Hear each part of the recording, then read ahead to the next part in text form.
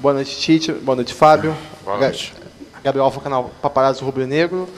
Não tem como a gente não comentar sobre a questão dos jogadores lesionados. Hoje foi mais um caso, dessa vez o Varela.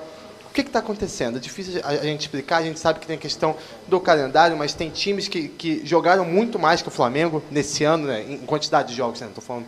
Enfim, o que está acontecendo? Se vocês puderem falar um pouco sobre isso, especialmente Fábio, porque não é uma situação normal. A gente já viu o Flamengo com o calendário muito pior em outras situações e não estava do jeito que está. E a gente quer saber o que está acontecendo com essa grande quantidade de lesionados. Obrigado. Boa noite. O primeiro que a gente tem esse tempo todo, mas vai ter as respostas devidamente dadas a vocês com o devido tempo e com a devida, digamos assim, clareza para passar. A gente não vai atropelar as situações todas.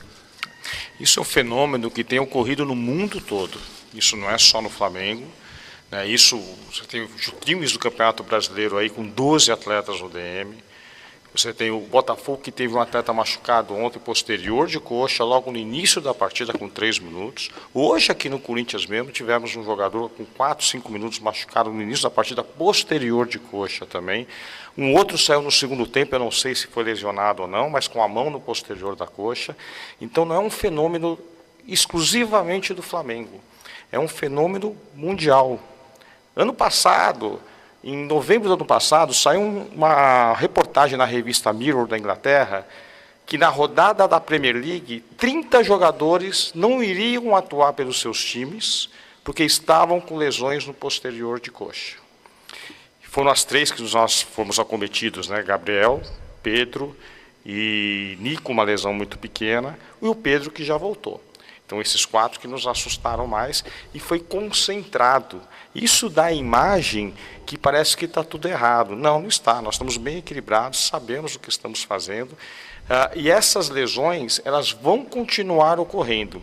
Eu sempre disse a vocês, no primeiro semestre eu vim com o Tite também participar de uma coletiva, que as lesões iriam ocorrer. Não tem como fugir. E por quê? Porque o futebol está mais intenso. Existem artigos científicos provando isso. Tem um até da Premier League que acompanhou 7 temporadas consecutivas. Temporada 2006, 2007 até a temporada 2012 e 2013. O volume, quer dizer, a distância percorrida foi exatamente a mesma, com uma diferença de 2%, em torno de 10 quilômetros, 10 mil metros. Mas sabe o que aumentou? O número de piques, 85%. A distância percorrida em alta velocidade, acima de 20 km por hora, entre 20 e 25 para arredondar, 30%. A distância em sprint, ou seja, acima de 25 km por hora, 35%. Então o futebol mudou. E nós enfrentamos, não só nós, como outras equipes também enfrentaram, vamos ser realistas e falar a verdade, 13 jogos consecutivos agora, nesse período congestionado, pós-final da Copa América, com decisões duras, com viagens longas. Uma viagem para La Paz, jogar na altitude, é muito difícil. Quem esteve aqui em La Paz, só para eu saber? É duro lá, não é? Imagine jogar lá. E uma decisão, não é só jogar, é uma decisão que valeu uma classificação e nós saímos classificados. Então o futebol ficou mais intenso. Se você quiser, eu te passo, depois vou passar para o Vinícius, essa reportagem do Mirror, que mostra, né, o que vem acontecendo. Quer ver outro fato? Esse ano e ano passado, o acréscimo dos jogos aumentou. Não aumentou? Todo mundo reparou. Hoje nós tivemos 18 minutos de acréscimo.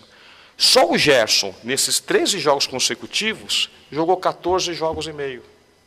Quer dizer, ele jogou quase um jogo e meio a mais por causa dos acréscimos. E olha que no jogo contra o São Paulo ele entrou só no segundo tempo. E no jogo do Botafogo ele jogou somente o primeiro tempo. Estou falando do Gerson, que é o atleta com mais minutagem nesse período congestionado do Flamengo. Então, eu quero fornecer para vocês explicações e estou à disposição de vocês sempre. A lesão do Arrascaeta foi uma lesão de adutor. Ninguém esperava. E nenhum exame detectou a possibilidade de vir a ter a lesão ou não. Até porque isso é muito difícil. Você prever uma lesão, não existe na literatura científica nada que nos mostre que você consegue prever a lesão. Você tenta atenuar, mas prever ou prevenir também é muito difícil. E, volto a dizer, não é uma realidade só nossa, é uma realidade de muitos clubes no Brasil. Eu sei que tem DMs de clube que estão no Campeonato Brasileiro com 12 atletas, com 9, 10 atletas, outros com 6, e é sazonal.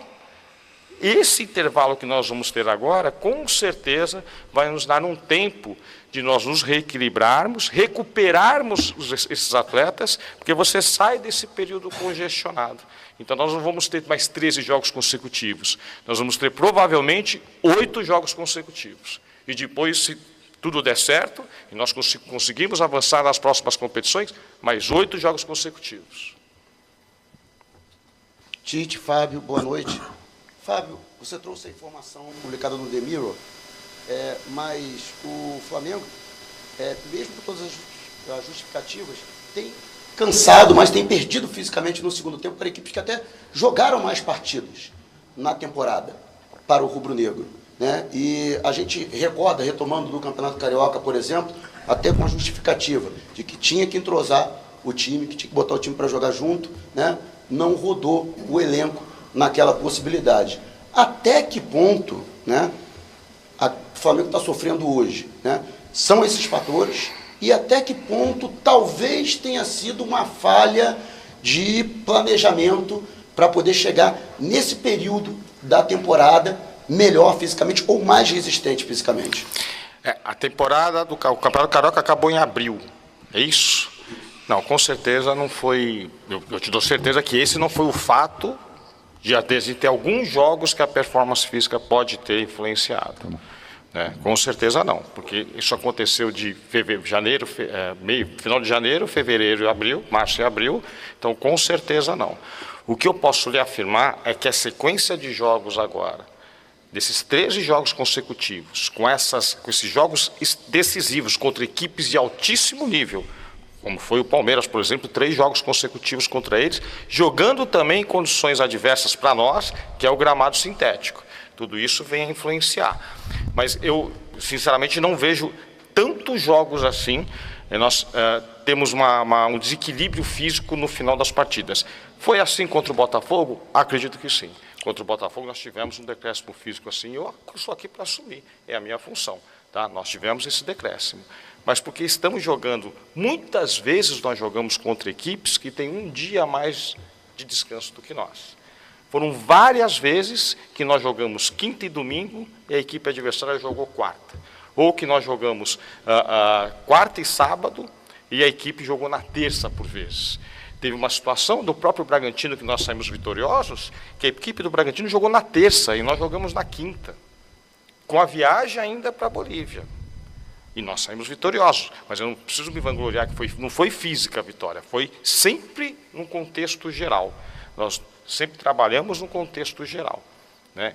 Então, eu só queria deixar claro que muitas vezes nós tivemos desvantagem em termos de descanso em relação aos adversários. Eles tendo um dia mais de descanso que a gente. Mas, com certeza, o Campeonato Carioca não teve um erro de planejamento, não. Tu vê como é contextual. O nível do Campeonato Carioca para a gente enfrentar é diferente do nível técnico do Campeonato Brasileiro. E a gente tem que contextualizar isso tudo. Senão fica assim, ó, ganhou, tá bom, perdeu, não tá. E aí eu me valho de se deixar com que o calendário determine aquilo que tem que fazer, nós temos que vir aqui, tomar as decisões, vocês têm que criticar ou elogiar, ter uma capacidade de analisar ou não, de entender ou não, normal, faz parte do jogo. Apenas informações que elas não sejam verdadeiras, isso eu cobro muito. Então, quando a primeira pergunta que aconteceu, ela veio e disse assim, jogos iguais, cuidado que tempos de recuperação são diferentes, viagens são diferentes. Nós jogamos Bolívia, e aí chegamos às 6 horas da manhã, cheguei em casa às 8 da manhã, para jogar no domingo contra o Bragantino. Quinta, sexta, sábado, domingo. Jogou no domingo. Segunda, terça, quarta, vai jogar contra o Bahia, um jogo decisivo. 6 dias, 3 jogos, com 2 viagens. Então, só para a gente entender e compreender que não é assim, ó, jogou um número de jogos tal, mas calma, qual é o tempo de recuperação, qual é a viagem que teve? Eu vou trazer mais. E aí vou fazer a minha observação. Eu gostaria que o Corinthians tivesse jogado com o time inteiro contra o Juventude. Porque ele ia vir aqui com uma intensidade muito menor. Mas não dá para fazer as duas. Aquilo que nós sofremos, ele teve e fez. E fez. E fez. Que era a prioridade nossa. Uhum, exato. Ganhamos a Guanabara e o Carioca com... É pouco para o Flamengo, é pouco, mas estabelecemos como prioridade e nos orgulhamos, eu me orgulho disso. Mas a construção desse trabalho todo. Nós pegamos 2 decisivas na altitude, em 13 jogos nessa sequência todos. Queríamos estar melhor, queríamos ter vencido hoje? Sim, claro que sim. Poderia ter jogado melhor taticamente, poderia ter jogado melhor mentalmente, poderia ter jogado melhor fisicamente, poderia ter jogado... Poderia, sim. Nós não estamos nos isentando dessa situação. Mas aí a gente conseguiu, na altitude, classificar. Contra o Palmeiras, classificar. Que são jogos... Perdeu lá, mas ganhou 2-0 e jogou muito no primeiro jogo. E contra o Bolívar, ganhou um jogo, foi 2-0 e o tempo todo. Só para o torcedor entender que a gente não está se isentando. Nós temos que tomar pau e ficar quieto. Pelo menos aqui vir aqui, externar as ideias, né, e buscar com que elas sejam analisadas nesse contexto. E o Corinthians também, na derrota, vou fazer...